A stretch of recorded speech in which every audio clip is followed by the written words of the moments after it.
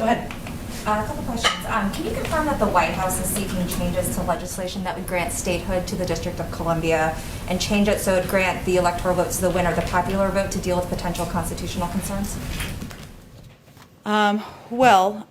We have issued a statement of administration policy, as you know, strongly backing the bill, and our view is that admitting DC as a state is well within Congress's power, and that the arguments to the contrary are faulty. But we also think there are ways to allay the concerns that have been raised, and that's why we're working with Congress to make the bill as strong as possible, as would be the case in nearly any negotiation or about any piece of legislation.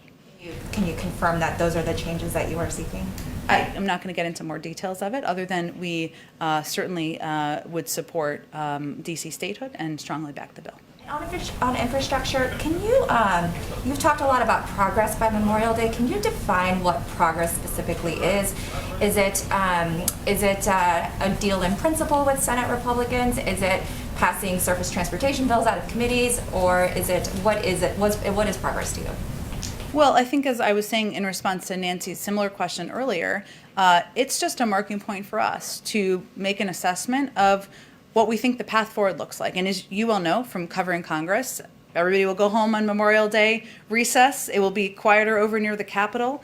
Obviously, there'll be a lot of activity, as you all have seen this week, and that will continue, both at a staff level, a member level, engagements with the president, other high-level members of the administration, and we'll have a feeling on what the path looks like moving forward. I don't want to define that at this point because that's not really to our advantage. There's a couple of weeks before Memorial Day, and we'll just be able to take stock of where we should proceed. And as I've said before, obviously the president wants to work in a bipartisan manner. He thinks there's opportunity to do that. He was encouraged by the openness to that in the meeting yesterday, and obviously he's going to sit down, or is sitting down shortly, you'll know, with leaders here. But his only line in the sand is inaction.